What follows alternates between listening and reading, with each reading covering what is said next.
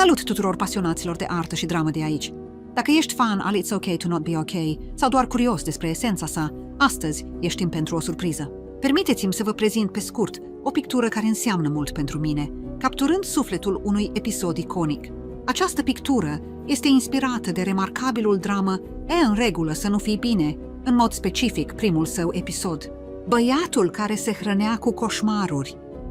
Personajul care l-a determinat pe Alexander să-și ia pensulele și paleta este intrigantă Ko Moon-young, jucată cu strălucire de Soyeji. Imaginează-ți o scenă de restaurant. Ko Moon-young, un autor recunoscut de cărți pentru copii, stă singură. Ea este abordată de un tânăr fan care îi compară inocent frumusețea cu a unei prințese din povești. Dar Moon-young, cu un licăr răutăcios, se apleacă și șoptește despre adevărata frumusețe a vrăjitoarelor în poveștile cu zâne. Este un moment revelator, o fereastră în adâncurile caracterului ei.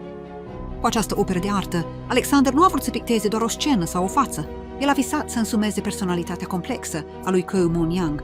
Vezi tu, ea nu este doar o vrăjitoare frumoasă la suprafață. Sub acel exterior încrezător, uneori glacial, există straturi de vulnerabilitate, traumă și conflict intern. Fiecare lovitură, fiecare culoare pe care o pictează. El a ales, nu sunt aleatorii. Ele reprezintă echilibrul fin al forței și fragilității ei.